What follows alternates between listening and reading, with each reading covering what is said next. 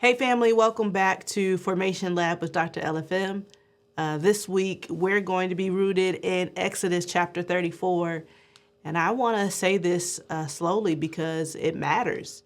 You know, formation is not just about what God is doing in you. It's also about what God has already done ahead of you. Some of us, we keep praying for clarity without realizing that God has already been clearing the way. In Exodus chapter 34, God reminds Israel that before they ever step fully into the promise, God has already driven out what could have destroyed them. And that's where we're going today. In Exodus chapter 34, God names the nations, the ites, if you will. God is naming that God is driving out these ites before Israel, the Hittites, the Amorites, the Canaanites, the Perizzites, Hivites, Jebusites. You know, these weren't just people groups. They represented threats, temptations, systems, and strongholds that Israel was not equipped to defeat on their own. And here's the formation lesson. Some battles were never meant to be yours. Some things you didn't lose, you were protected from. Some doors, they didn't close because you lacked faith. They closed because God knew what was on the other side. And so formation requires gratitude, not only for what you survived, but for what you were spared. And so I want you to ask yourself this week, what relationships didn't work, and now I see why? What opportunities didn't come through, and now I understand the mercy? What version of myself never fully formed because, well, God interrupted it? And you know, that wasn't failure, that was formation. And so here's the part that we don't like. God doesn't just remove enemies. Sometimes God places roadblocks. And Exodus chapter 34 makes it clear that God goes ahead. But God also warns Israel not to make agreements with what God has already removed.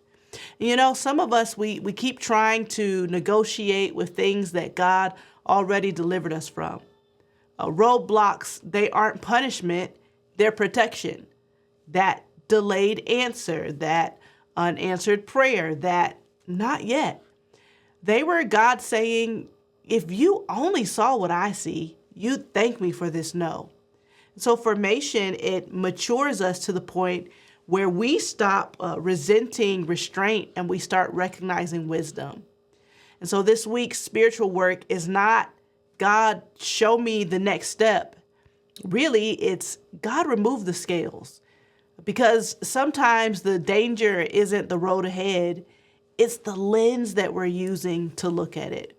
So I want you to pray this week for eyes to recognize traps disguised as opportunities, discernment for timing, not just movement, and wisdom to know when to wait and when to walk. And then here's what I want you to do too. You got to have some gratitude, right? I want you to thank God for some things. Well, what do I thank God for, Dr. Leslie? Well, thank God for going ahead of you. Thank God for clearing what you couldn't clear, for establishing paths that you didn't even know existed. You don't need to rush. You don't need to force. You don't need to strive. God is already there. And so as you move through this week, don't just ask, what am I walking into?